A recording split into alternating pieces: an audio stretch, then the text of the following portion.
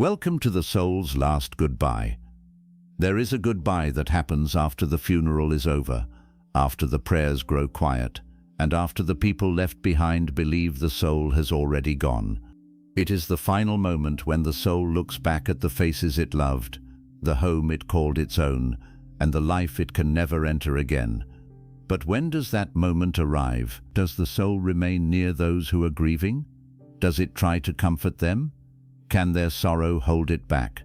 And how does a bond formed through years of love finally become strong enough to survive separation? According to Vedic-inspired wisdom, death does not instantly erase memory, love, or attachment.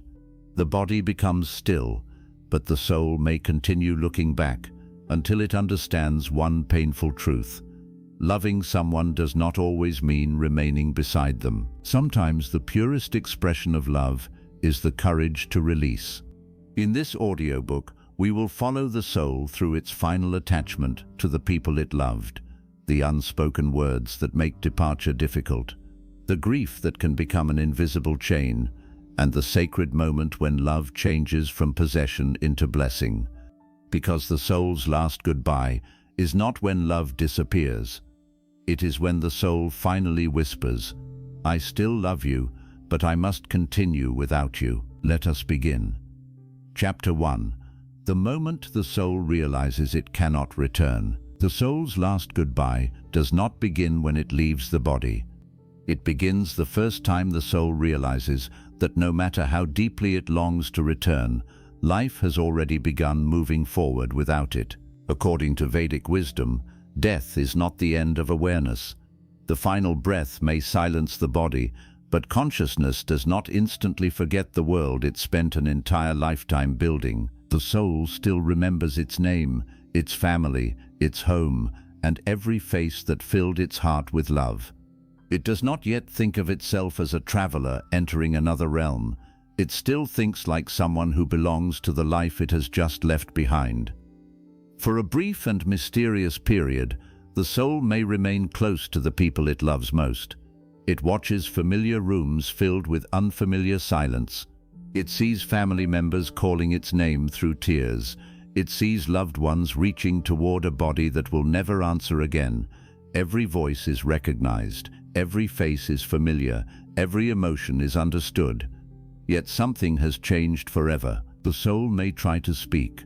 It may wish to comfort a grieving mother, embrace a heartbroken child, reassure a husband, a wife, or a lifelong friend that love has not disappeared, but no words are heard.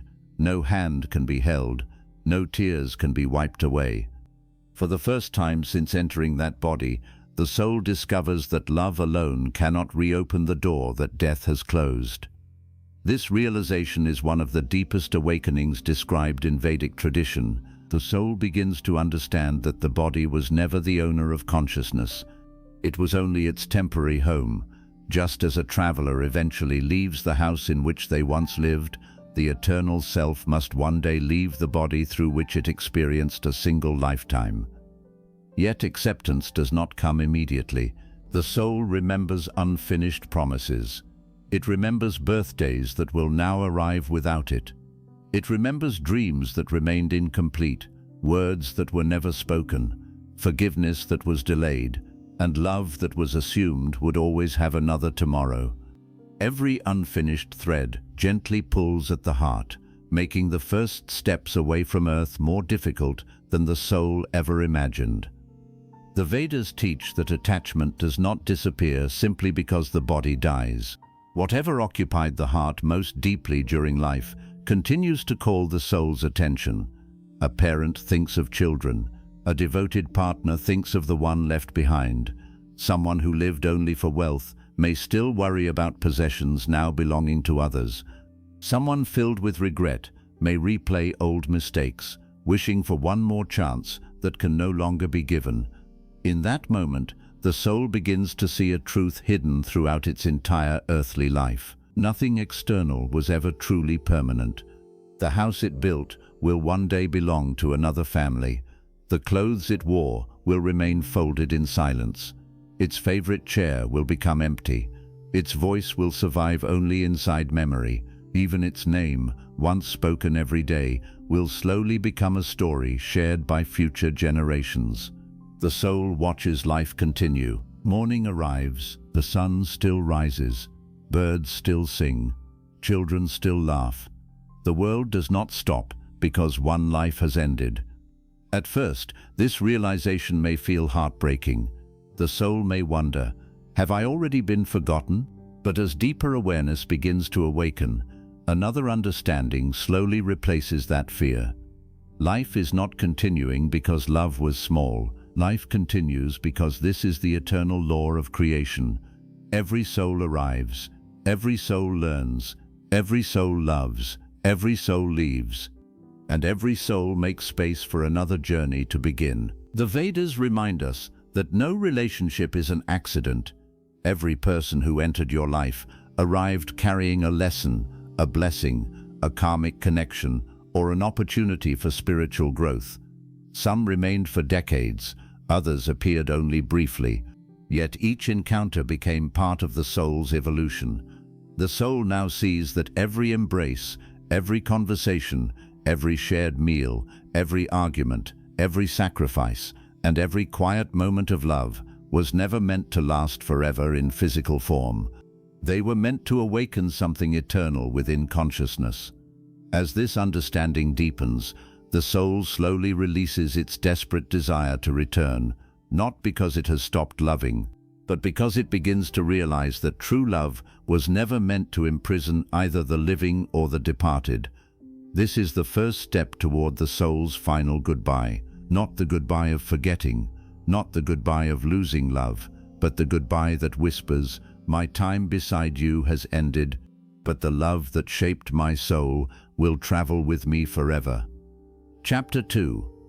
The invisible thread that keeps the soul looking back. If the first chapter of the soul's journey is realizing that it cannot return, the second is discovering why it cannot immediately leave. According to the Vedas, the greatest force that keeps a soul connected to the earthly world is not the body itself. It is attachment. Not attachment to walls, possessions, or wealth alone, but attachment woven into the deepest emotions of the heart. The soul does not look back because it has forgotten its higher nature. It looks back because it remembers the people it loved, the promises it made, the responsibilities it carried, and the life it believed was still unfinished. Imagine a parent whose entire life revolved around protecting a child. Every morning began with concern for that child's future. Every sacrifice was made for that child's happiness, and every prayer carried that child's name. When death suddenly arrives, the body may stop breathing, but that love does not disappear in the same instant. The soul naturally turns toward the child it spent years protecting, not because it refuses the divine journey ahead, but because love still seeks to care for what it treasures most. The same is true for a husband who spent decades beside his wife, for a wife whose world revolved around her family, for a son caring for aging parents, or for a daughter who became the light of her household. The soul remembers every shared sunrise, every celebration, every hardship overcome together, every promise whispered in quiet moments, and every dream that remained unfinished. These memories become living impressions within consciousness, and for a time, they gently pull the soul toward the world it has just left behind. The Vedas explain that this invisible pull is not created by love alone. Pure love liberates, but attachment binds. Love wishes for another soul's highest good, even when that path leads away from itself. Attachment fears separation because it believes happiness cannot exist without possession. During these sacred moments after death, the soul begins to understand the profound difference between the two. The soul watches the people it loves trying to understand an absence they cannot accept. It sees tears falling onto the floor where it once walked. It hears prayers offered with trembling voices. It watches empty chairs at family gatherings, untouched belongings, unfinished conversations, and rooms that suddenly feel unfamiliar because one heartbeat is missing. Every scene reminds the soul that its earthly chapter has truly ended. yet the emotional thread connecting it to those moments remains incredibly strong. Many ancient Vedic teachers compared attachment to a golden thread stretched between two worlds. It cannot be seen by physical eyes, yet it is powerful enough to influence the direction of consciousness. Every unspoken apology, every unresolved conflict, every promise left incomplete, every fear about loved ones, and every longing to protect them becomes another strand woven into that invisible thread. This is why the sages constantly taught that spiritual preparation begins long before death arrives. A person who learns to love without trying to possess, to serve without expecting ownership, and to care without becoming imprisoned by fear creates a lighter consciousness. Such a soul still experiences deep love, but it understands that every relationship belongs first to the divine, not to the ego. It knows that every meeting has a beginning and an ending in the physical world, even though the deeper connection between souls may continue beyond a single lifetime. The soul also begins to witness something extraordinary. While it feels drawn toward those it loves, it slowly realizes that life continues according to a wisdom far greater than individual desire. Children continue growing. Families slowly learn to live with loss. Friends continue their responsibilities. New beginnings quietly emerge from unimaginable endings. The soul recognizes that the same divine intelligence which guided its own life is now guiding the lives of those left behind. At first, this realization can be difficult to accept. The soul may still wish it could whisper one final message, embrace one final time, or erase one final regret. It may long for just one more sunrise, one more shared meal, one more opportunity to tell someone how deeply they were loved. Yet with every passing moment, another truth becomes clearer. The purpose of life was never to create relationships that could never end. The purpose was to awaken the qualities that those relationships were meant to teach. Every loving parent was teaching compassion. Every faithful partner was teaching devotion. Every difficult relationship was teaching patience or forgiveness.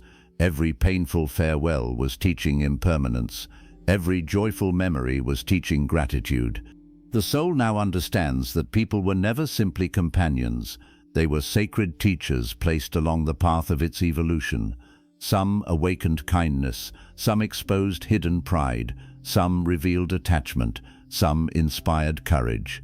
Some brought peace, while others became the reason the soul searched for deeper truth. Gradually, the invisible thread that once pulled the soul backward begins to change. It no longer feels like a chain holding consciousness captive. It begins to transform into a blessing. Instead of saying, "I cannot leave because you need me," the soul begins to whisper, "May your own journey continue with strength, wisdom, and peace." This transformation marks one of the holiest moments described in Vedic wisdom. Love does not disappear. In fact, it becomes purer than it has ever been before. It no longer demands presence. It no longer fears distance. It no longer tries to control another person's destiny. It simply blesses. The soul realizes that every person it loved was never truly its possession. They were fellow travelers walking beside it for one sacred chapter of eternity. Their paths crossed by divine design, their hearts touched one another for a meaningful purpose, and now those paths must continue according to the law of karma and the unfolding wisdom of the universe. This is why the soul's last goodbye is never spoken through sadness alone. It is spoken through trust. Trust that the same divine presence that carried the soul through life will also guide every person it leaves behind. Trust that love does not end because physical presence has ended. Trust that no genuine act of compassion, sacrifice, or devotion is ever lost. Every moment of true love becomes part of the eternal journey of the soul itself. And as this understanding slowly fills consciousness, the invisible thread that once held the soul close to earth becomes something entirely different. It no longer pulls the soul backward.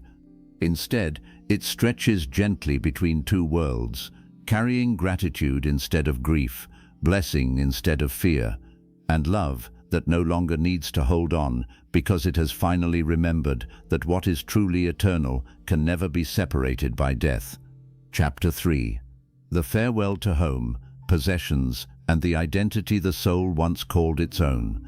After the soul begins to understand that it cannot return to the body and slowly loosens the invisible thread connecting it to the people it loved, another farewell begins. And this farewell can be more difficult than it first appears, because the soul must now release not only relationships, but the entire world it spent a lifetime building around those relationships. A home is never made only of walls, doors, furniture, and rooms. It becomes a container for memory. One corner holds the laughter of children, another carries the silence of a painful night. A doorway remembers every arrival and every departure. A table holds the memory of meals, celebrations, arguments, and ordinary conversations that once seemed too common to become sacred. A bedroom remembers prayers whispered in darkness, fears hidden from others, and dreams imagined before sleep. When death arrives, the soul does not simply leave a building, it leaves an entire landscape of emotional meaning. This is why the soul may continue looking toward the home it once called its own. The physical structure remains exactly where it was, yet everything inside it has changed because the person who gave certain objects their meaning is no longer able to touch them. Clothes remain folded. A cup may still sit where it was last placed.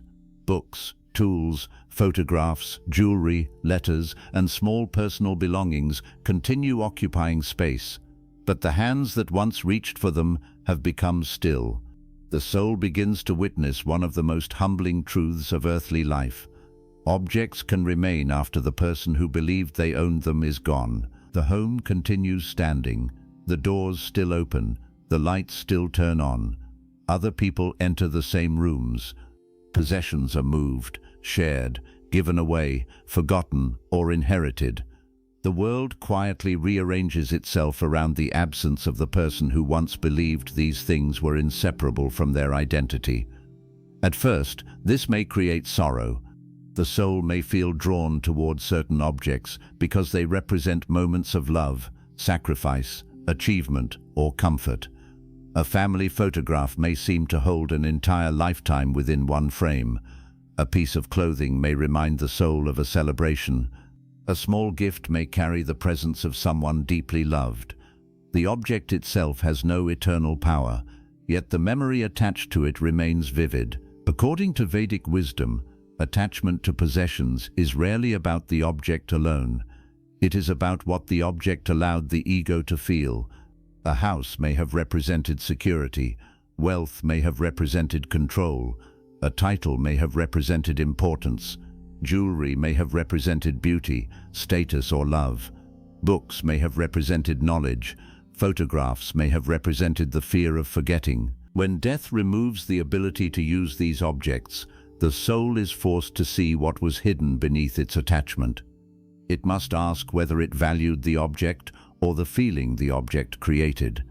It must recognize that no possession ever truly belonged to the eternal self.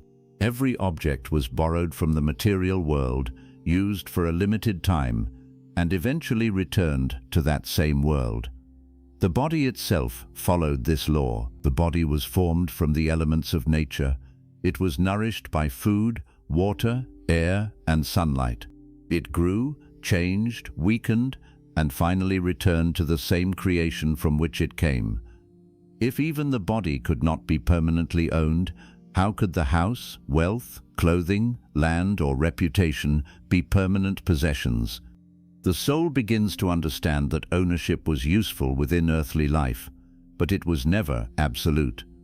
A person could protect a house, manage money, care for belongings, and use resources responsibly, yet everything existed within time. The word mine created a practical relationship, not an eternal one. This realization does not make earthly possessions meaningless. Vedic wisdom does not teach that the material world must be hated or neglected. A home can become a place of love. Wealth can become service. Knowledge can become guidance. Beauty can become gratitude. The problem begins when the temporary instrument becomes the foundation of identity. A person may spend decades building a house and only a few moments building peace within the heart. They may protect wealth more carefully than relationships. They may collect objects to prove success while neglecting the soul that no object can satisfy. Death exposes the imbalance with painful clarity. The soul may look toward everything it worked so hard to acquire and realize that none of it can move forward with consciousness. The possessions remain exactly where they were, while the traveler continues without them. This moment can feel like loss, but it can also become liberation. For the first time, the soul no longer has to worry about protecting what it owned. There are no bills to pay, no property to defend, no image to maintain, and no competition to win. The endless burden of proving value through material success begins to fall away. What once felt like security now reveals itself as responsibility that belonged only to the earthly chapter. The soul also says goodbye to social identity. During life, a person may be known as a parent, spouse, leader, teacher, worker, artist, healer, business owner, servant, or respected member of a community. These roles can carry great meaning, but they are not the complete self. They are duties performed through one body, in one lifetime. The role of parent may have shaped nearly every decision. The role of provider may have created pride and exhaustion. The role of leader may have brought authority. The role of victim may have become the story through which life was interpreted. The role of successful person may have become a mask that hid fear. The role of spiritual seeker may even have become another identity the ego defended.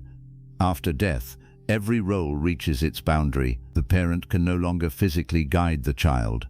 The leader can no longer issue instructions. The worker can no longer complete the task.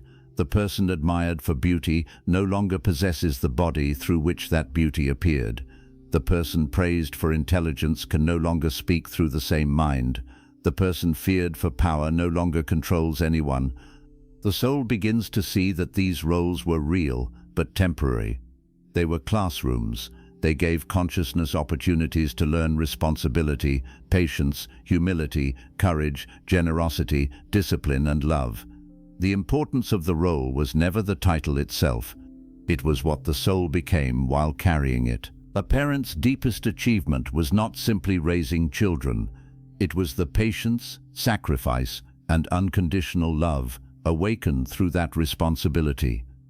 A leader's true legacy was not authority, but whether power became service or arrogance. Wealth mattered not because it was accumulated, but because it revealed whether the heart became generous or fearful. Suffering mattered not because pain was noble, but because it showed whether consciousness became compassionate or bitter. The soul now sees the difference between reputation and character. Reputation existed in other people's minds. Character existed within consciousness. Reputation could be misunderstood, praised, criticized, or forgotten. Character traveled with the soul, because character was created through repeated choices. The world may have believed a person was kind, but the soul remembers the hidden motive behind every action. The world may have called someone unsuccessful, yet the soul carries every quiet act of integrity that no audience saw. At death, the image disappears, but the inner result remains. This becomes one of the most powerful lessons of the soul's final goodbye. The identity people defended so fiercely was never as solid as it appeared. A name was given after birth, a role was assigned through circumstance. A reputation was created through the perceptions of others. A body changed every year. Even the personality shifted through experience. What then was the unchanging self? The Vedas direct attention toward the Atman, the silent witness present through childhood, adulthood, age, joy, grief, success, and loss. The body changed, but the witness remained. Thoughts changed, but awareness observed them. Roles appeared and disappeared, but consciousness experienced them all. The soul's farewell to identity is therefore not a fall into emptiness. It is a movement toward a deeper truth. The soul is not losing everything it is releasing everything it was never permanently meant to be. Still, this release may not happen easily. Some identities become deeply rooted because they protected the person from pain. Someone may have spent life being needed by everyone, and the role of rescuer became the source of value. Another may have built identity around being wronged because pain gave meaning to the story. Someone else may have depended on status, beauty, achievement, or spiritual knowledge to feel important. Death removes the audience from these identities. No one remains to impress. No one remains to defeat. No one remains to convince. The soul stands before itself without applause, criticism, comparison, or social position. This can be frightening for a consciousness that never learned to exist without external validation. The soul may feel empty because it spent life filling itself with labels. Yet this emptiness also becomes an opening. Without the noise of identity, something more ancient can be recognized. The farewell to possessions and identity also reveals the true meaning of legacy. Many people imagine legacy as being remembered by large numbers of people, having a name engraved somewhere, or leaving behind wealth and achievement. But memory fades. Names disappear. Buildings change. Even stories are eventually altered or forgotten. A deeper legacy lives in consciousness. The kindness offered to a child may shape how that child treats others decades later. The courage to end a harmful family pattern may protect generations not yet born. The wisdom shared quietly may continue guiding someone long after the speaker is gone. The pain caused through cruelty may also continue moving through people if it was never healed. The soul sees that legacy is not only what others remember about you, it is what continues because of how you lived. A person may be forgotten by history and still have fulfilled a profound spiritual role. Another may be remembered for centuries while leaving behind very little inner wisdom. The world measures visibility, the soul measures influence upon consciousness. As the soul watches possessions change hands and its former identity become memory, it may experience sadness, but it can also feel gratitude. The home provided shelter, the body provided experience, the roles created opportunities, the possessions supported life. The name allowed others to call and love one particular human form. None of these things were mistakes. They became painful only when the soul mistook them for its eternal nature. Now the soul can bless the home without needing to return to it. It can appreciate possessions without wanting to recover them. It can honor the roles it performed without continuing to define itself through them. It can release the name while carrying the love, wisdom, and lessons formed beneath that name. This is the deeper transformation of farewell. The soul does not say, "My life meant nothing because I must leave everything behind." It says, "Everything I was given had a purpose, but none of it was meant to become my prison." The house was a place where love could be practiced. The body was a place where karma could be transformed. Wealth was a place where generosity could be chosen. Relationships were places where compassion, patience, forgiveness, and detachment could awaken.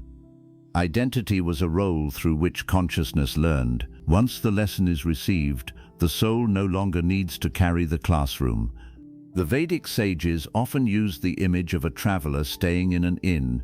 During the night, the traveler rests, eats, speaks with others, and becomes familiar with the room. But when morning arrives, the traveler does not demand that the inn become permanent. They gather what truly belongs to the journey and continue onward. Earthly life is much the same. The soul stayed for a time. It used a body, entered a family, built a home, formed an identity, and carried responsibilities. These things deserved care because they were sacred opportunities, but they were never the final destination. The farewell becomes painful when the traveler believes the temporary room is home forever. As awareness deepens, the soul begins to release not only physical possessions, but the emotional meanings attached to them. The house no longer means security, the wealth no longer means worth. The title no longer means importance. The body no longer means identity. The soul becomes lighter. It no longer looks back at the home and thinks, "That belongs to me." It thinks, "That place held a chapter of my journey."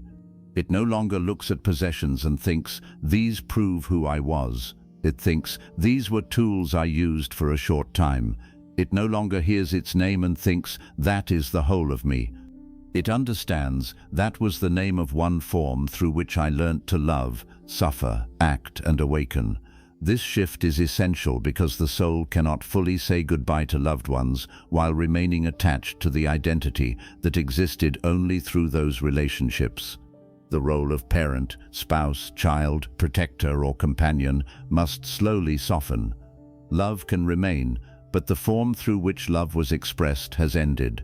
The final goodbye becomes possible when the soul can look upon the completed life with gratitude instead of possession. It can bless the house, bless the body, bless the work, bless the role, bless the name, and then release them all, not because they were unimportant, but because their purpose has been fulfilled. The soul's journey does not continue carrying furniture, money, clothing, awards, photographs, or titles. It continues carrying the patience learned in the home, the generosity practiced through wealth, the humility gained through failure, the compassion awakened through relationships, and the wisdom born from every temporary thing that could not be kept. This is the secret death reveals with perfect clarity.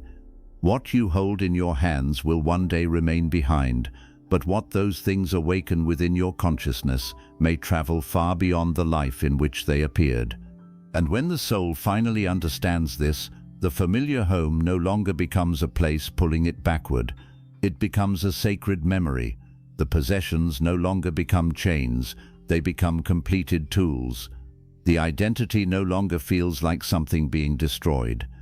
It becomes a garment the soul is finally ready to remove. Then the soul takes another step toward its last goodbye, carrying nothing visible, yet holding within itself everything that truly mattered. Chapter 4. The unspoken words that make the soul's last goodbye so difficult. There is a burden heavier than wealth. There is a chain stronger than attachment. There is a wound deeper than death itself. It is the weight of words that were never spoken while there was still time. According to the Vedas, not every attachment is created by love alone. Some attachments are created by unfinished emotions. They remain alive within consciousness because they never reached completion during earthly life. A promise was left unfulfilled. An apology was delayed. Gratitude remained hidden inside the heart. Forgiveness was postponed until tomorrow. Affection was silently assumed instead of openly expressed.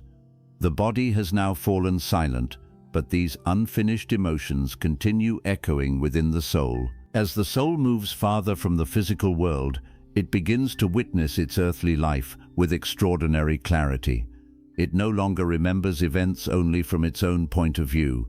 It begins to see them as they truly unfolded. Moments that once seemed ordinary suddenly become unforgettable. A simple conversation that could have healed a broken relationship now appears more valuable than years spent chasing success. One sentence of sincere love now seems greater than countless possessions that were accumulated over decades. The soul may remember the final argument with someone it deeply loved. At the time, pride insisted that being right mattered more than protecting the relationship. Days became weeks, weeks became years. Silence replaced conversation. Both hearts quietly waited for the other to speak first. Then one unexpected moment arrived, and death ended every opportunity the body once possessed. Now the soul understands that pride stole time it could never return. It remembers a parent who waited every evening for a phone call that never came. It remembers a child who longed to hear the words, "I am proud of you," but never received them. It remembers a friend who silently carried pain while pretending everything was fine. It remembers a spouse who kept giving love while quietly hoping that love would one day be acknowledged. These memories do not disappear after death. They become brighter because the distractions of earthly life no longer cover them. The Vedas teach that every action leaves a samskara, a subtle impression upon consciousness. Yet not only actions create impressions, silence creates impressions. Delayed kindness creates impressions. Unspoken gratitude creates impressions. Hidden resentment creates impressions. Every opportunity ignored becomes another thread woven into the fabric of the soul. This is why the soul's last goodbye can become so difficult. It is not because the soul fears the unknown. It is because it suddenly sees everything it still wished to complete. The soul may long for one final conversation, one final embrace, one final apology, one final chance to say, "I forgive you. I was wrong. I always loved you. Thank you. I understand now."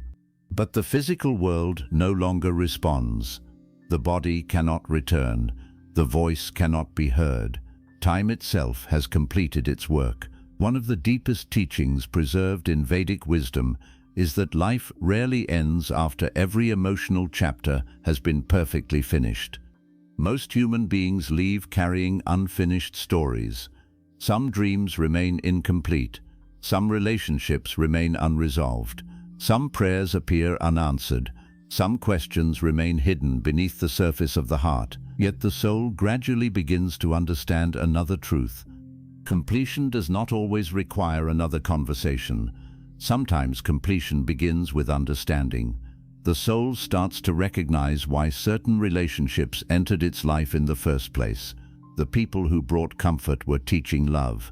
The people who challenged patience were teaching inner strength. The people who betrayed trust were revealing attachment, expectation, or hidden weakness. Even painful relationships often served as spiritual teachers disguised as suffering. From this higher awareness, blame slowly loses its power. The soul begins seeing that every person was acting according to their own level of consciousness, their own karma, their own fears, and their own spiritual understanding. Some knew how to love well. Others loved imperfectly because they themselves had never experienced unconditional love. Some carried wounds older than memory. Some acted from ignorance instead of cruelty. This realization does not declare that every action was acceptable. It reveals that every soul was struggling with lessons of its own, and suddenly forgiveness begins to feel possible. Not because the pain was imaginary, but because carrying hatred any farther would only continue the suffering. The Vedas describe hatred as another form of attachment. Whether we cling through love or through anger, the mind remains tied to the object of its attachment. The soul understands that resentment can become as heavy as desire. One binds through longing, the other binds through resistance. Both prevent freedom. As this awareness deepens, something remarkable begins to happen. The soul no longer wishes to change the past. It wishes to understand it. Understanding becomes more valuable than victory. Compassion becomes stronger than blame. Acceptance becomes greater than regret. The soul realizes that every person it met became part of its evolution. Some left beautiful memories, others left painful lessons. Yet both contributed to awakening the consciousness now preparing for another stage of existence. The soul also remembers the words it never spoke to itself. How often did it condemn itself for mistakes that became teachers? How often did it believe it was unworthy of love? How often did fear prevent it from living honestly? How often did guilt become a prison instead of becoming wisdom? The final goodbye is not only spoken toward others, it is spoken toward the old self. The soul forgives the frightened person it once was. It forgives the mistakes created by ignorance. It forgives the years spent searching for happiness in places where peace could never truly be found. It forgives the endless race for approval that never satisfied the heart. It forgives the illusion that tomorrow would always exist. This inner forgiveness becomes one of the greatest liberations before the soul continues its journey. The Vedic sages often reminded their students that death is not the greatest tragedy. The greatest tragedy is reaching death without ever becoming honest with oneself. Many people spend decades pretending to be strong, while quietly breaking inside. Others spend their lives trying to satisfy everyone while forgetting their own dharma. Some continue carrying resentment toward people who stopped thinking about them years ago. Others wait for the perfect moment to begin living, never realizing that life itself has already begun passing away. The soul now sees these patterns with astonishing clarity. It understands that every sunrise was an invitation. Every relationship was temporary. Every conversation was precious. Every ordinary day carried the possibility of becoming someone's final memory. Nothing appears ordinary anymore. The kitchen where the family gathered, the road driven every morning, the evening meal, the birthday celebration, the quiet prayer before sleep, the gentle smile offered to a stranger, the unexpected act of kindness, the embrace that lasted only a few seconds. The soul now understands that eternity was quietly hiding inside ordinary moments. This realization fills consciousness with both humility and gratitude. Regret begins transforming into wisdom. The soul can no longer return to rewrite yesterday, but it can carry today's understanding into tomorrow's journey. Gradually, the burden of unspoken words becomes lighter, not because every conversation was finally completed, but because the soul understands that love is greater than language. Some apologies were spoken without words, through sincere remorse. Some gratitude existed beyond sentences.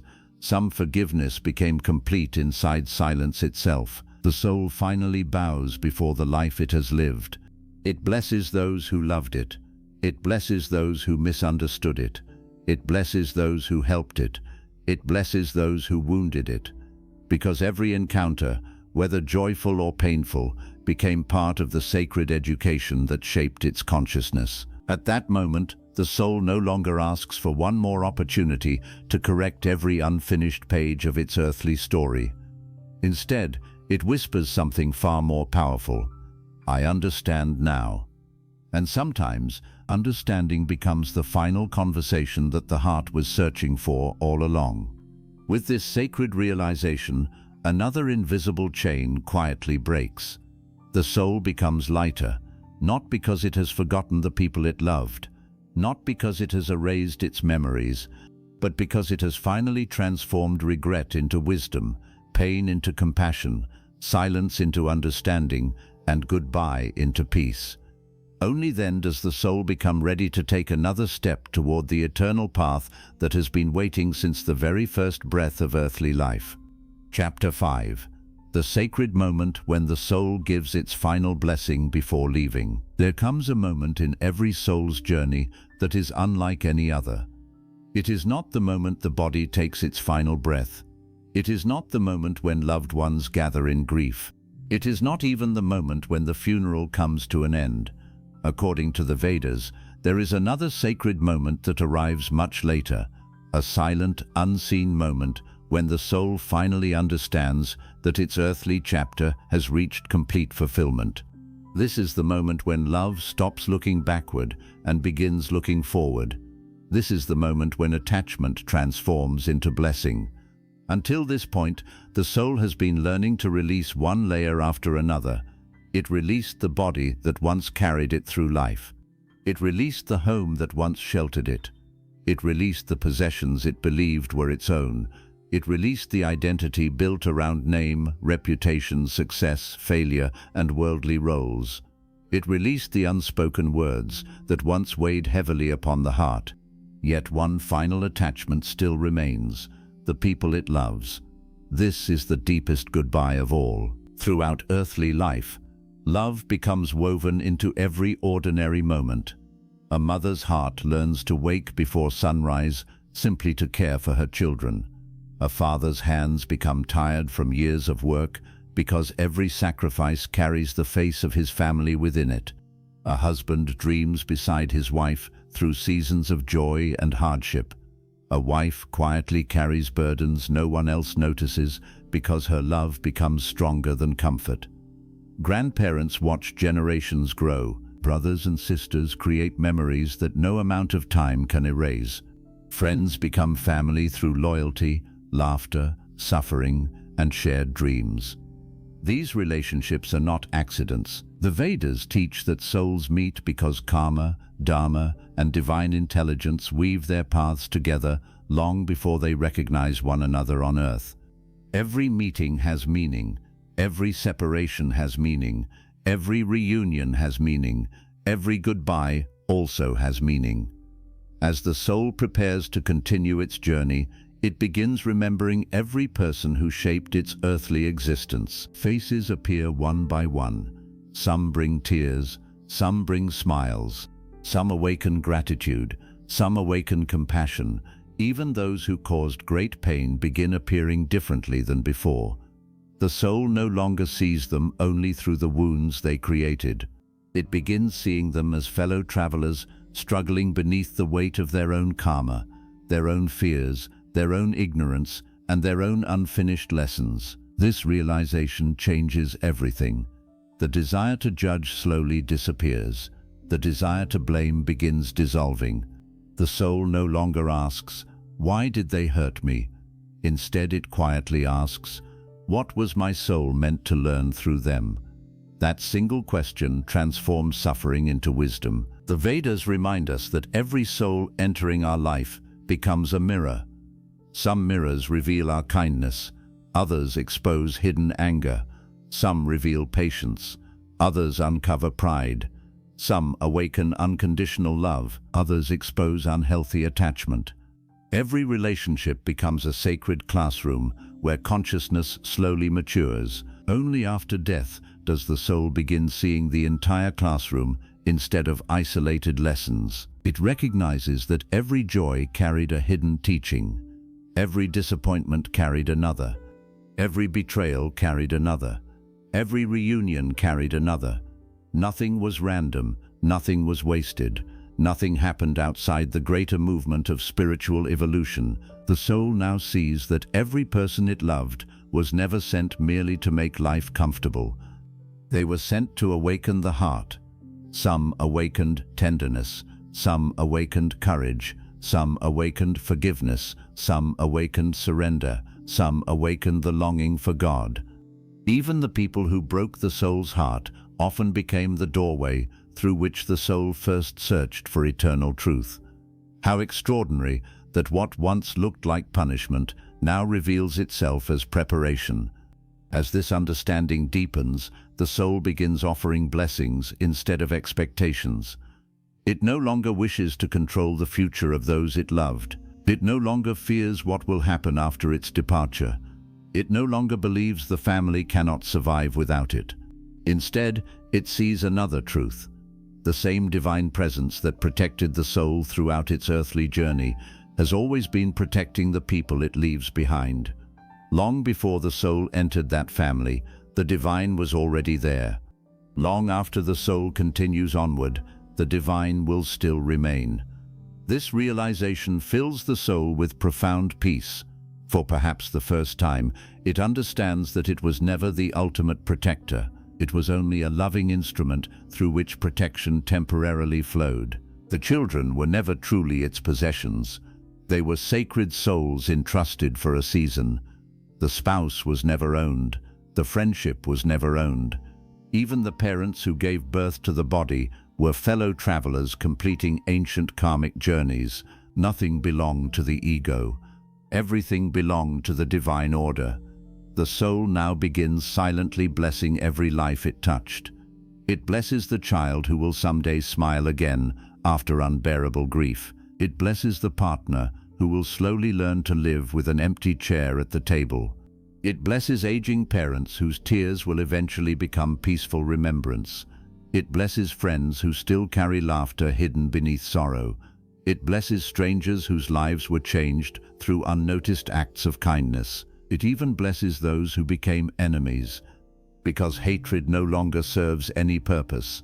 Only love continues, not the love that clings, not the love that fears separation, but the love that says, "May your soul complete everything mine could not." This blessing becomes one of the most sacred moments described by Vedic wisdom. The soul finally realizes that genuine love has never depended upon physical closeness. Love existed before words. Love continues beyond death. Love survives when memory fades. Love survives when names disappear. Love survives because its source was never the body. Its source was always consciousness itself. The soul also begins witnessing something remarkable within the hearts of the living. It sees grief changing. At first, grief was unbearable. Every object reminded them of loss. Every room echoed with absence. Every sunrise felt incomplete. Every celebration carried an empty place. But slowly, the family begins laughing again. Children begin playing again. Life quietly begins returning. The soul does not feel abandoned. Instead, it feels grateful, because this is exactly what love hoped would happen. No soul wishes to become the reason another soul forgets how to live. Healing is not betrayal. Smiling again is not forgetting. Moving forward is not replacing the one who departed. Healing is the greatest evidence that love succeeded. The soul now understands why the Vedas encourage prayers, charity, remembrance, and acts of compassion after someone's passing. These acts do not imprison the departed. They become gifts of light. Each prayer whispers, "Continue peacefully." Each act of kindness says, "Your love still lives through us." Each compassionate action transforms memory into living Dharma. The soul receives these offerings not as chains pulling it backward, but as blessings helping it continue forward without fear. The soul also begins seeing time differently. During earthly life, years seemed long. Waiting felt endless. Pain seemed permanent. Success seemed important. But now the entire lifetime appears like a single sunrise. Childhood, youth, adulthood, old age, every season flowed together like one continuous river. The soul realizes how quickly life truly passes. The arguments once defended so fiercely now seem insignificant. The money accumulated appears strangely small. The endless worries that consumed entire years have vanished completely. What remains? Only love, only compassion, only truth. Only the moments when one soul genuinely helped another. Everything else has become background. The soul now wishes it could whisper one final message into every human heart still living upon earth. Do not postpone love. Do not delay forgiveness. Do not waste years proving yourself to people who have already decided not to understand you. Do not sacrifice peace to win arguments that will soon be forgotten. Do not spend your entire life collecting things that death will quietly leave behind. Instead, collect moments of kindness. Collect truth. Collect courage. Collect gratitude. Collect selfless service. Collect wisdom. These are the only treasures that continue beyond the final breath. As the soul's blessing reaches its completion, something beautiful happens. The invisible thread connecting it to earth no longer feels heavy. It no longer pulls. It no longer resists. It simply glows. Like a beam of golden light stretching between two worlds. One end remains with those still living. The other continues toward eternity. The thread has not been broken. It has been transformed. Attachment has become blessing. Possession has become gratitude. Separation has become trust. This is the soul's final gift to those it leaves behind. Not endless sorrow, not fearful clinging, but peaceful love. The kind of love that quietly says, "I trust your journey now. I believe your soul will find its own wisdom. I release you without fear. And may every step you take bring you closer to the divine." At that sacred moment, the soul no longer looks backward with tears. It looks backward with a smile that contains an entire lifetime of gratitude. Then, for the first time since leaving the body, it turns completely toward the light ahead, because the final blessing has been given. The final attachment has become peace, and the soul is finally ready to speak its last goodbye. Chapter 6. The soul's journey beyond the last goodbye, the path it was always meant to walk. There comes a sacred moment when the soul no longer stands between two worlds. Until now, it has looked behind at the life it once called home. It has remembered every face that shaped its heart, every place that witnessed its laughter and sorrow, every promise it fulfilled, every promise it could not keep, every attachment that once felt impossible to release, and every blessing that slowly transformed grief into peace. But there is one truth that every soul must eventually accept. No traveler can reach the next destination while refusing to leave the previous one. The Vedas describe life as a sacred pilgrimage rather than a permanent residence. Every birth is a temporary stop along an eternal journey that stretches far beyond the limits of one human lifetime. We arrive carrying invisible impressions from journeys already lived, and we depart carrying new impressions that will shape the roads still waiting ahead. The body changes, families change, civilizations rise and disappear. Mountains become rivers, rivers become deserts. Stars themselves are born and die. Yet through every transformation, the witnessing consciousness continues its endless pilgrimage toward greater awakening. Now the soul begins to understand why nothing on earth was ever meant to last forever. If every relationship remained forever unchanged, the soul would never continue growing. If every season lasted forever, life would never mature. If every attachment remained permanent, consciousness would never discover its eternal nature. Impermanence was never created to punish the soul. Impermanence was created to awaken it. As this realization deepens, something extraordinary happens within consciousness. The fear that once surrounded death begins dissolving. The soul no longer sees death as an enemy that stole everything it loved. It begins seeing death as the silent guide that opened the next chapter of an endless story.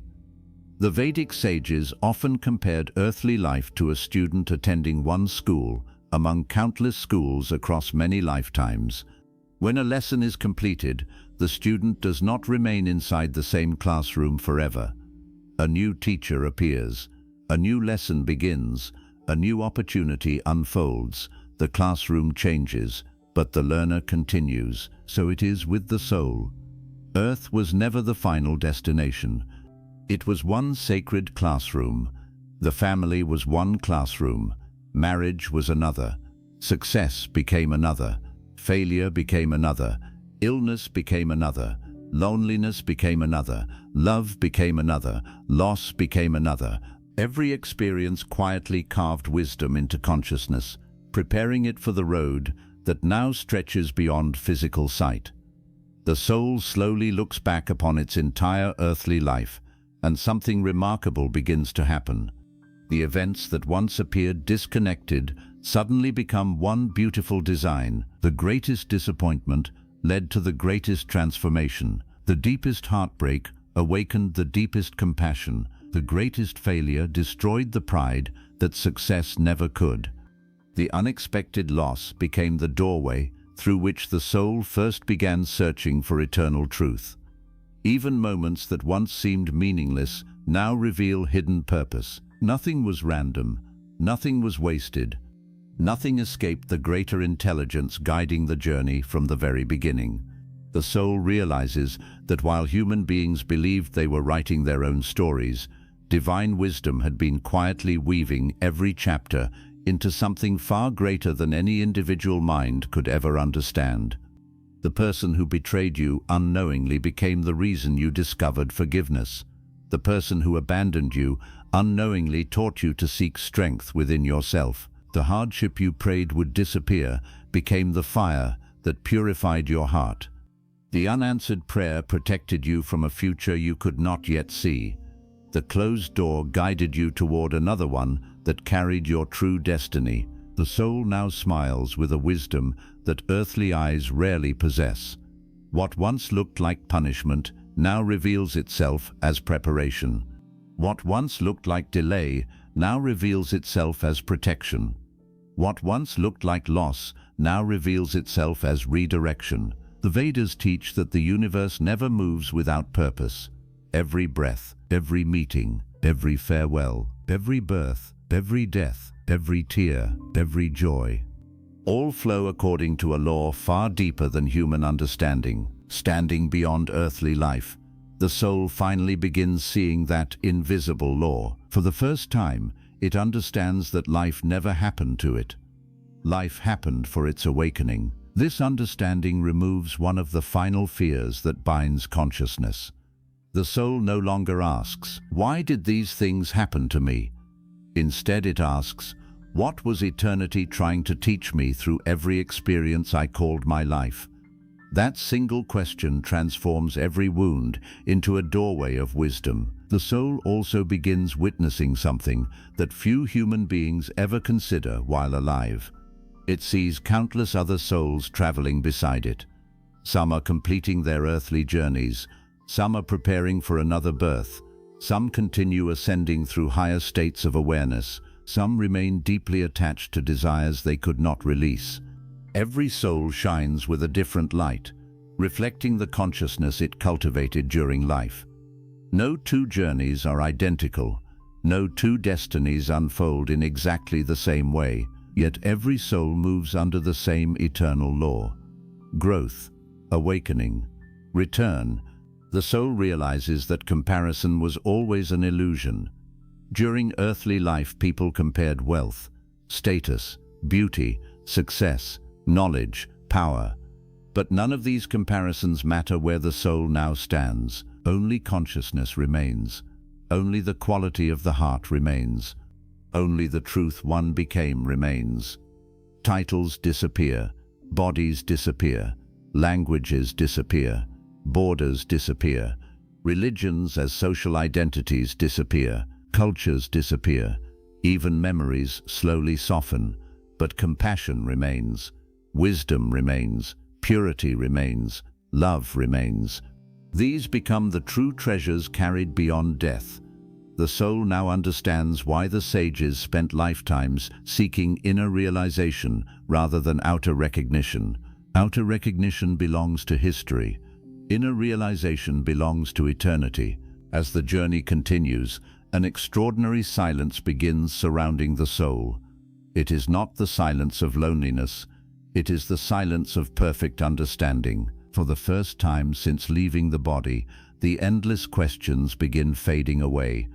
The soul no longer wonders whether it should have owned more, achieved more, controlled more, defended itself more. None of those questions survive here. Only one remains. Did I become more awake through the life I was given? Everything else quietly dissolves. The soul then begins feeling an irresistible attraction toward a light unlike anything it experienced on earth. It is not merely brightness, it is presence. It feels familiar, ancient, compassionate, timeless. It is as though the soul is remembering a home it somehow always knew existed, but temporarily forgot during earthly life. Every step toward that light feels lighter than the one before. Fear falls away, regret falls away, attachment falls away. Even the memory of death itself begins losing its importance. Because death was never the destination, it was only the doorway. The soul now realizes something astonishing. It spent an entire lifetime fearing the very gate that was quietly leading it back toward its deeper journey.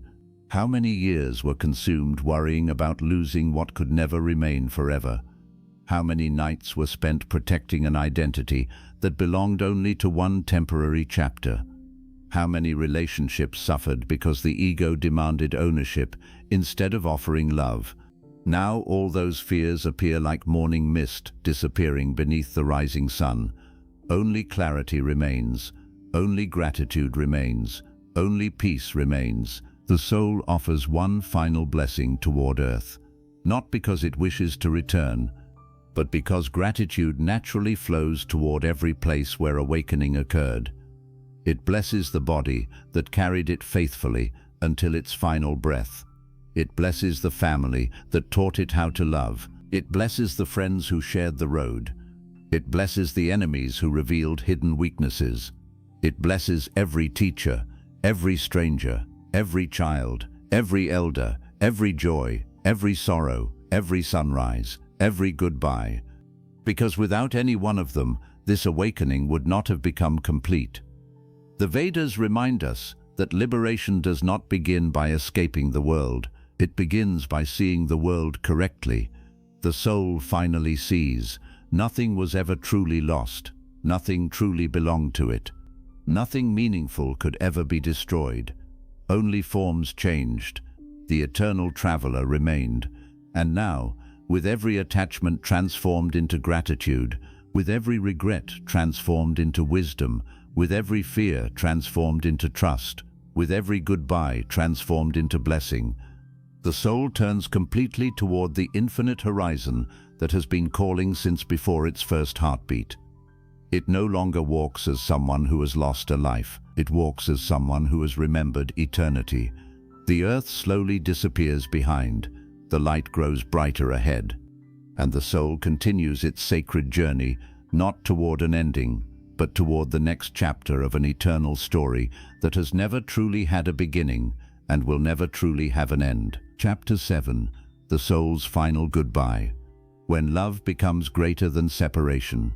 There comes a final moment when the soul no longer stands at the doorway of the life it has left behind, no longer watches the familiar world with the hope of returning, and no longer feels torn between the people it loved and the path now opening beyond them. Until this moment, the soul has slowly released the body, the home, the possessions, the name, the identity, the unfinished words, and the responsibilities that once made earthly existence feel permanent.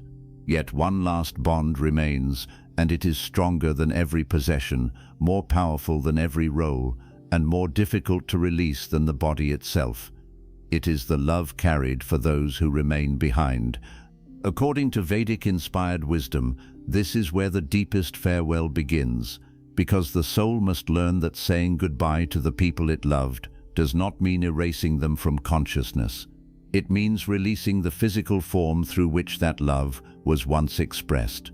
The soul remembers the hands it held, the voices it recognized from another room, the faces it searched for in crowded places, the people whose happiness mattered more than comfort, and the relationships that became the center of its earthly identity. These memories do not vanish when the body falls silent. They remain within the subtle impressions of consciousness, carrying tenderness, gratitude, sorrow, and the desire to remain connected. The soul may look toward a child and remember every stage of that child's life, from the first fragile breath to the moments when the child began walking independently into the world. It remembers nights spent awake through illness, sacrifices that were never announced, and prayers whispered when no one else could see the fear hidden inside a parent's heart. The soul may look toward a husband or wife and remember the ordinary years that now appear more sacred than the grand celebrations.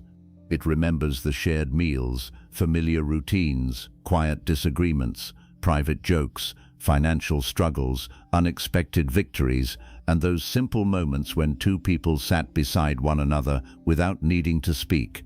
The soul may remember parents who once seemed permanent, siblings whose presence was woven into childhood, friends who carried secrets through decades, and even people from whom life created distance long before death arrived. Every face becomes part of a final inner gathering, not because all relationships were perfect, but because every relationship shaped the consciousness now preparing to move onward. The soul's last goodbye begins when it understands that the value of these relationships was never dependent upon their lasting forever in the same physical form. A song can be beautiful even when it ends. A season can be complete even when it changes. A flower does not become meaningless because its petals eventually fall.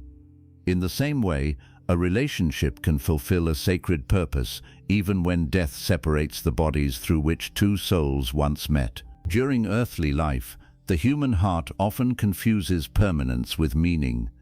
It believes that if something truly matters, it should remain unchanged forever.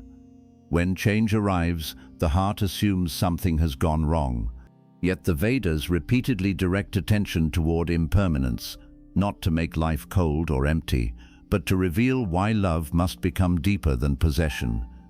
Everything visible changes. Bodies age, families transform, children grow and leave, homes are rebuilt, memories become softer. Even the strongest human relationships move through different forms.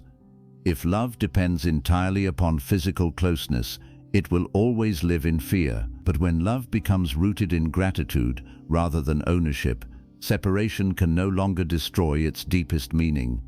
The soul now begins to recognize that it never truly owned anyone.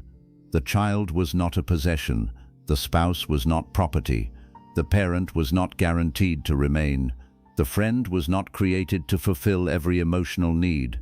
Each person was another eternal traveler whose path crossed the soul's path for a sacred period. Their meeting allowed certain lessons to unfold, certain wounds to heal, certain attachments to become visible, and certain qualities of the heart to awaken. Some relationships taught devotion because they offered loyalty through hardship. Some taught forgiveness because they caused pain that could not be carried forever. Some taught boundaries because love without wisdom became self-destruction. Some taught patience through difference. Some taught courage through separation. Some taught humility by refusing to become what the ego expected. Every relationship became a mirror through which the soul discovered something about itself. Only now does the soul see the complete design. The person who appeared difficult may have awakened strength. The one who left unexpectedly may have exposed the fear of abandonment hidden for years. The one who loved quietly may have demonstrated a form of devotion the soul failed to appreciate while living. The one who caused disappointment may have redirected the soul toward a path it would never have chosen voluntarily. Even the relationship that ended painfully may have fulfilled a purpose larger than comfort. This does not mean that cruelty becomes sacred or that harmful actions should be excused. Vedic wisdom does not require the soul to call darkness light. It teaches that consciousness can extract wisdom even from what should never have happened. The soul does not bless injustice because injustice was good. It releases hatred because carrying hatred into another stage would continue the wound long after the person who caused it had lost the power to act. At the threshold of the final goodbye, forgiveness becomes less about the other person and more about the soul's own freedom. The soul sees that resentment was another form of attachment. Every time it repeated the injury, it kept the painful relationship alive within consciousness. Every fantasy of revenge maintained a connection to the past. Every desire to be understood by someone incapable of understanding became another chain preventing departure. The soul finally realizes that it does not need the offender to apologize before freedom becomes possible. It does not need history to rewrite itself. It does not need every person to admit the truth. It only needs to stop allowing the past to determine the direction of the journey ahead. This understanding creates a peace that was difficult to reach while living. On Earth, the ego repeatedly asked, who was right? Who was wrong? Who should return first? Who owes me an apology? Beyond the body, these questions begin losing their power. The soul sees that victory without peace was never true victory. Winning an argument while losing years of closeness was not success. Protecting pride while love became silent was not strength. The soul remembers the times it could have chosen tenderness but chose distance, the moments it could have listened but chose to defend itself, and the opportunities to say, I understand your pain, even when complete agreement was impossible. Yet regret no longer exists only to wound the soul. It becomes a teacher, showing exactly what must become different in the consciousness moving forward. The soul now looks again at those who loved it. It sees grief changing the shape of their days. A familiar room feels empty. A routine that once included two people must now be carried by one. A phone number remains saved even though it will never answer. Clothing still carries a familiar scent. A photograph becomes both comfort and pain. The living may speak to the departed in silence, hoping that somehow the words still reach beyond the visible world. The soul feels the depth of their sorrow, yet it also begins understanding that grief has its own journey. At first, grief enters like a storm and leaves no room for anything else. It fills every quiet moment with absence. It makes ordinary tasks feel impossible. It convinces the heart that healing would be betrayal, as though smiling again would mean that love was not deep enough. But the soul does not wish to become the reason those it loved stop living.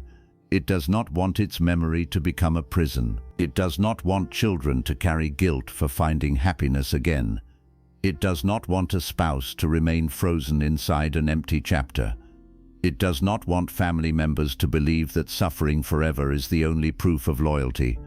The soul begins to understand that genuine love would never demand the destruction of another life in order to honor the one that ended. Healing does not mean forgetting. It means remembering without bleeding from the same wound every day. It means allowing gratitude to stand beside sorrow. It means carrying love into new decisions, new acts of compassion, and new ways of living. The soul realizes that when the family laughs again, love has not been erased. When they celebrate again, memory has not been betrayed. When they continue their responsibilities, dreams, and relationships, the departed has not been replaced. Life continuing is not proof that the soul mattered less. It is proof that the love shared gave others enough strength to survive its absence. With this realization, the soul's last goodbye becomes more peaceful. It no longer looks backward hoping to stop time. It begins offering a blessing no human ear may hear, yet the heart may somehow feel. The blessing does not ask the family to remain unchanged. It asks them to grow through what has happened. The soul blesses the child who must learn courage without the parent's physical presence. It blesses the spouse who must enter a future once imagined together. It blesses the aging parent who never expected to outlive a son or daughter. It blesses friends who still hear the departed voice inside memory. It blesses every person who carries guilt for words spoken in anger, time not given, or love insufficiently expressed. The soul whispers into the silence that no relationship was measured by one imperfect moment. Love was built through thousands of ordinary acts that the mind often forgot to count.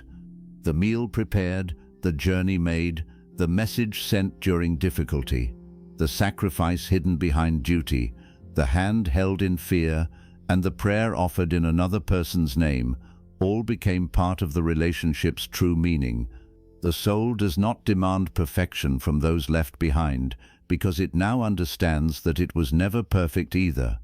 Every person loved with the awareness available to them at the time. Some expressed love through words, others through work, some through affection, others through responsibility. Some loved beautifully, others loved clumsily because their own wounds interfered with tenderness. The soul sees beyond the limited language through which love attempted to express itself. This wider understanding makes gratitude possible. The soul becomes grateful not only for the extraordinary moments, but for the days that once seemed ordinary.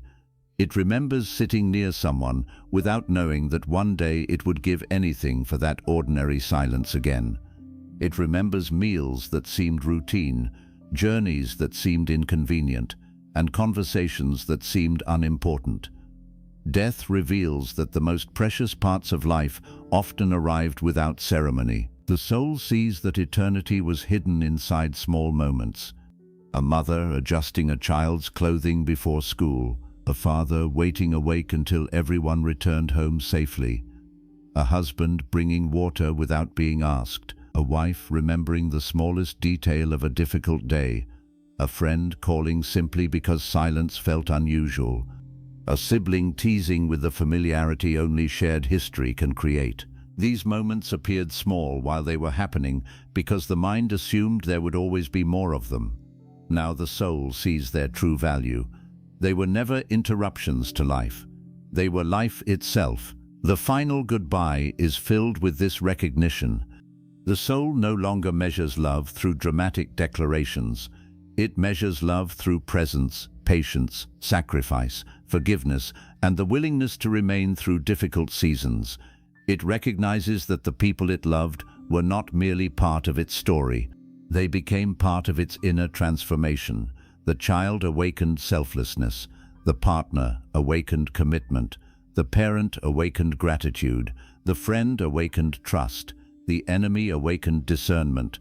The person who left awakened independence. The person who stayed awakened responsibility. Everyone contributed something to the consciousness, now standing at the edge of departure.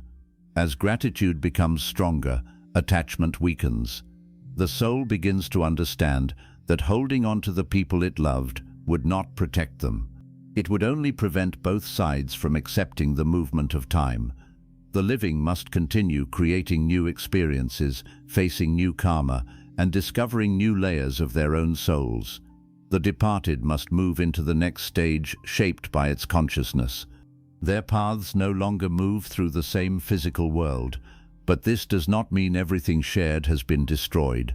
Love has already completed its work within both hearts. It influenced choices, softened character, and created memories that will continue shaping life. What was real has already entered consciousness and cannot be taken away by the ending of form. This is where the soul discovers that the opposite of love is not goodbye. The opposite of love is unconsciousness. Love says goodbye when remaining would become attachment. Love releases when holding would become a chain. Love trusts the divine movement even when the heart does not understand where each path now leads. The soul begins to see a presence surrounding every person it leaves behind, the same mysterious intelligence that carried them before the departed ever entered their lives. The soul realizes that it was never the only source of protection, comfort, provision, or guidance. It was an instrument through which those gifts sometimes flowed, but the source was always greater. This realization removes an enormous burden. A parent who feared for the child begins trusting that the child has their own path, strength, teachers, and unseen guidance. A spouse who worried about the partner's loneliness begins trusting that life will create the support required for the next chapter. The soul no longer believes that the entire future of others depends upon its physical presence. It can finally surrender control. For the first time, love is freed from responsibility that no longer belongs to the soul. The soul blesses without trying to direct every outcome. It wishes for peace without demanding a particular future.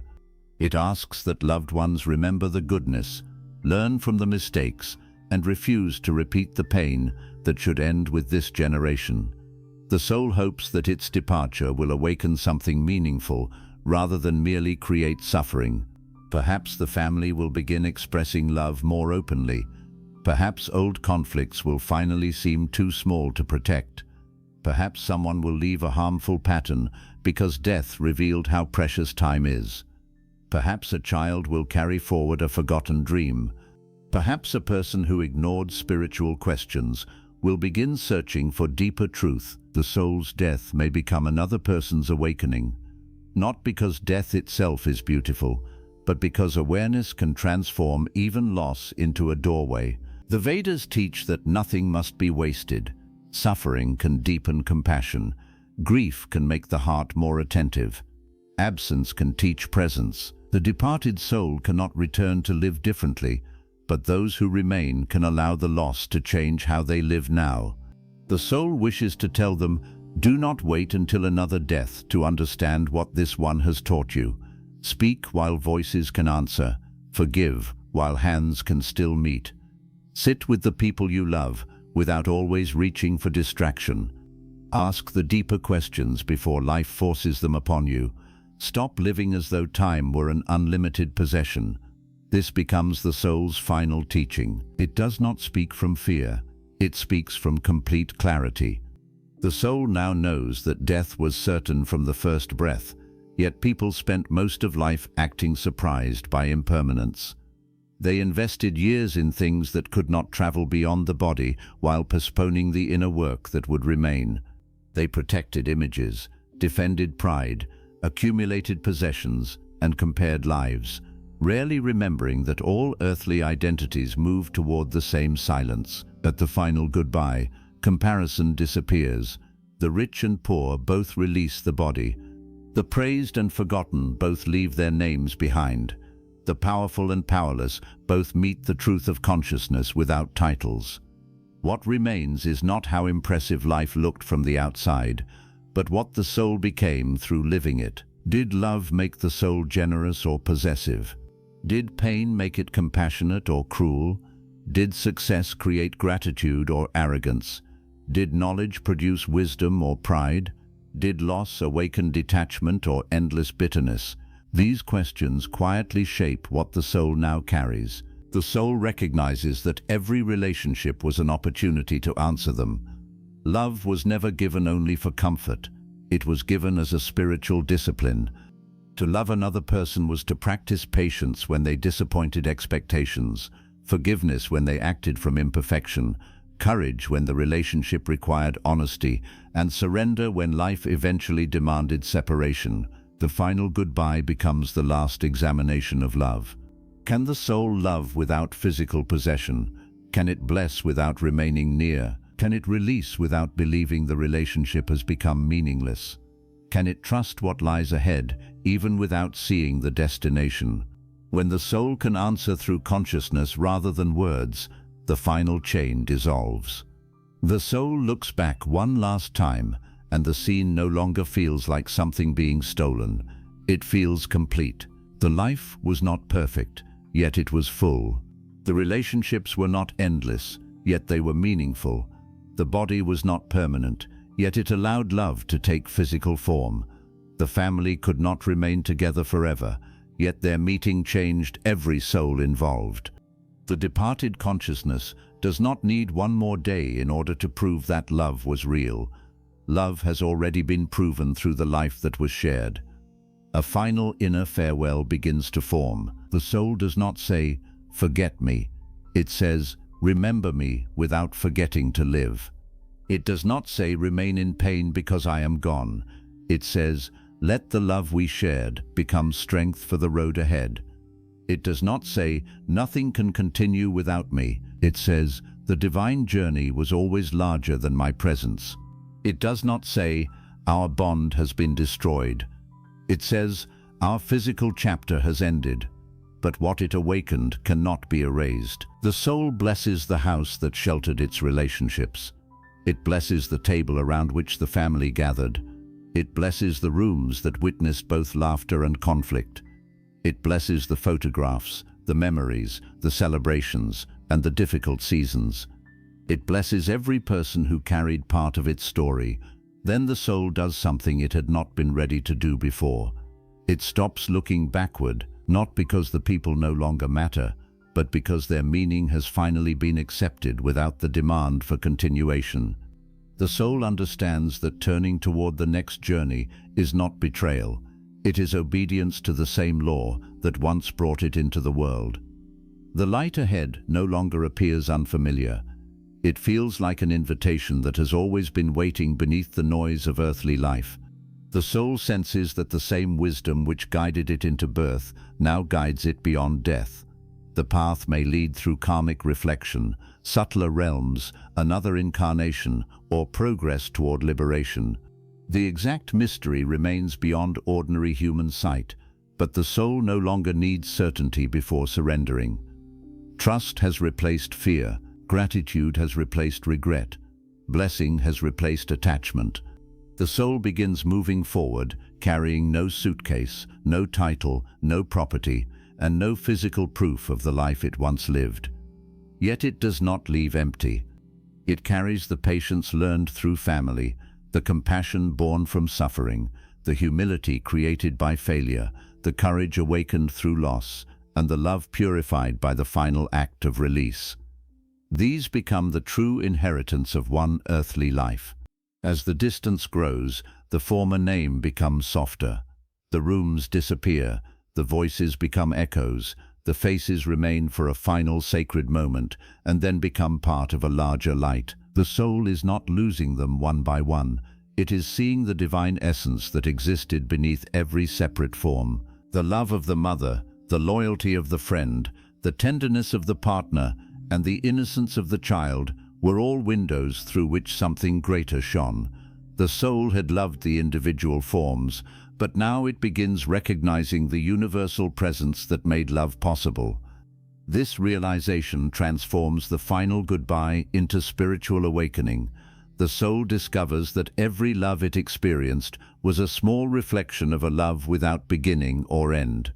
Human relationships gave that love faces and names for a time, but the source was always larger than any one bond. The soul therefore does not travel away from love. It travels deeper into it.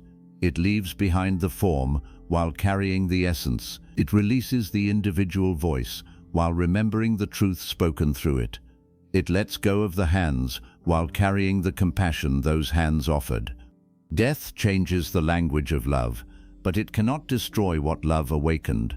The soul takes another step into the unknown, and the final earthly fear falls away. It no longer asks whether it will be remembered forever, because being remembered is no longer the measure of meaning. It no longer asks whether loved ones will understand every part of the life it lived. It no longer needs the world to approve, forgive, or celebrate it. The soul has received the lesson. It lived, it loved, it failed, it learned, it released. That is enough for the doorway to open. The final goodbye is not dramatic. There may be no thunder, no visible sign, and no moment the living can identify with certainty. It occurs silently within consciousness, when the soul no longer resists the truth that the former life is complete. In that sacred silence, the soul offers one last blessing. May the people I loved stop blaming themselves for what cannot be changed. May they forgive me for the ways my own wounds limited my love. May they remember the goodness without denying the pain. May they become more conscious because our time together was brief. May they never confuse healing with forgetting. May they live with enough courage to love again, enough wisdom to release what harms them, and enough faith to trust that every soul has its own eternal road. With that blessing, the soul's last goodbye becomes complete. The invisible thread between two worlds does not break in violence, it becomes light. What once pulled backward now shines without weight. The soul can feel love without demanding presence, remember without clinging, and bless without remaining. The soul turns toward the path ahead with peace. It does not leave as someone abandoned by life. It leaves as someone who has completed one sacred chapter of eternity. The people remain, the world continues, the house grows quiet, the photographs stay behind, the name becomes memory. Yet the love that transformed consciousness continues traveling, and the soul finally understands the truth hidden inside every earthly farewell. Goodbye was never the end of love. It was the moment love became greater than the need to remain. We have now reached the end of the soul's last goodbye, yet the deepest purpose of this journey was never to make you fear the moment when the body becomes still. It was to awaken you before that moment arrives, while your voice can still express love, your hands can still offer comfort, and your heart can still release the burdens that should never be carried into eternity. The soul's final goodbye does not begin after death. It is quietly prepared through the way we live every day. Every time you forgive, instead of feeding resentment, you loosen an invisible chain. Every time you express gratitude, instead of assuming there will always be another opportunity, you complete a conversation that regret will never need to repeat. Every time you love without controlling, serve without demanding recognition, and remain present with the people beside you, you prepare your consciousness to one day release them without believing that love has been destroyed. One day, the familiar rooms surrounding you will belong to memory. The chair in which you sit will become empty. The possessions you protect will pass into other hands. The people who hear your voice today may one day close their eyes just to remember its sound. Your name will still be spoken for a time. Your photographs may remain on a wall, and stories about your life may travel through your family, but the world will continue moving just as it has continued after every person who lived before you. This truth is not meant to make life feel meaningless. It is meant to reveal how sacred life has always been. The ordinary moments you barely notice may become the moments someone remembers most. The conversation you almost avoided may become a final gift. The embrace that lasts only a few seconds may remain inside another person for years. The kindness you offer without expecting anything in return may become the light that helps someone survive a darkness you never knew they were carrying. Do not wait for death to teach you the value of presence. Look carefully at the people around you. They are not permanent possessions placed in your life to satisfy every expectation. They are souls traveling through their own karma, carrying wounds you may not fully understand and lessons you may not be able to complete for them. Love them deeply, but do not imprison them. Guide them when guidance is yours to offer, but do not confuse care with control. Stand beside them through difficulty, but remember that every soul must eventually walk certain roads alone. The wisdom explored throughout this audiobook reveals that the soul's greatest struggle is not simply leaving the body. It is releasing everything it once called mine.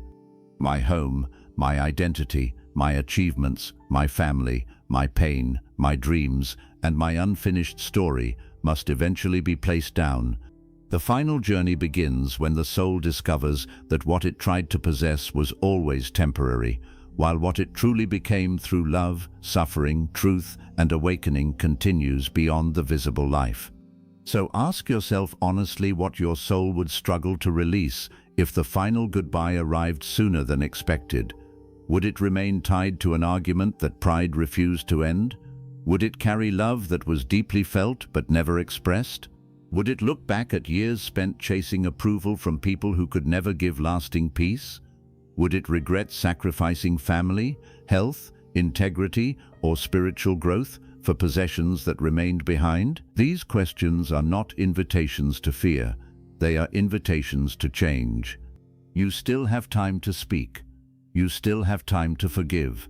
You still have time to become the person your soul will be grateful to remember. You may not be able to repair every relationship, because some doors must remain closed, and some people may never accept responsibility for the pain they caused.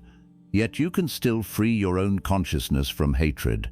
Forgiveness does not always mean reunion, trust, or continued access to your life. Sometimes forgiveness simply means refusing to carry another person's darkness any farther. Let your heart become lighter while you are still living. Release the need to win every argument. Release the demand that everyone understand your intentions. Release the belief that your value depends upon status, praise, wealth, or usefulness to others. Let people misunderstand what they are determined to misunderstand, and use your remaining time to live according to truth rather than endless explanation. And when someone you love leaves before you, allow grief to speak, but do not let grief become your permanent identity. Cry because the love was real. Remember because the life mattered. Honor the person through prayer, gratitude, kindness, and the courage to continue. Healing does not mean that the departed has been forgotten. It means that love has learned to live in a different form. Perhaps the greatest gift you can offer a departed soul is not endless suffering in its name, but a life transformed by what its absence taught you. Become more attentive to those who remain. End the conflict that suddenly seems small. Make the call you keep postponing. Sit beside your parents while they are still present. Listen to your children before their childhood becomes a memory. Tell your partner what their presence means before silence becomes permanent. The soul's last goodbye should not be the first moment love becomes honest. Let honesty begin now. One day your own soul may look back at this life and see everything with a clarity the human mind rarely possesses. May it see that you did not live perfectly, but you lived consciously. May it remember mistakes that became wisdom rather than excuses, suffering that became compassion rather than cruelty, and success that became gratitude rather than arrogance. May your soul look upon the people it loved and feel peace because you expressed what mattered while there was time. May it release the home with gratitude because you understood it was a temporary shelter. May it release possessions without panic because you used them as tools rather than allowing them to define your worth.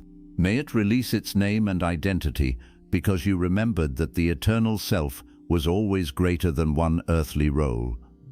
And when the final farewell arrives, may your soul not say, I wish I had loved more openly. May it say, I gave the love I knew how to give. I learned from the love I received, and I am ready to carry its wisdom forward. May it not say, I cannot leave because everything belongs to me. May it say, everything was entrusted to me for a sacred season, and now I return it with gratitude. May it not say, my life is being taken away. May it understand, one chapter is closing, but the eternal journey continues. The people you love may remain behind, but the compassion they awakened within you will travel. The body may return to nature, but the consciousness shaped through your choices will continue. The world may forget your name, but no sincere act of love is wasted within the deeper lore of existence. This is the golden truth hidden inside the soul's final goodbye. Death may end physical closeness, but it cannot erase what love has already transformed. So live today in a way that makes your final farewell peaceful. Love without possession. Give without pride. Forgive without waiting for perfect justice. Speak truth without cruelty. Perform your dharma while the opportunity remains, and remember that every person beside you is both a gift and a temporary traveler. One day, the house will grow quiet. The photographs will remain, the world will continue, and your soul will turn toward a path no living eyes can follow. When that sacred moment arrives, may you look back without fear, bless everyone who shared your journey, and whisper with complete peace, I am not leaving because love has ended. I am leaving because love has completed its work in this form. And then may your soul release the world gently, carrying gratitude instead of regret, wisdom instead of bitterness, and a love so pure that even death can no longer ask it to hold on.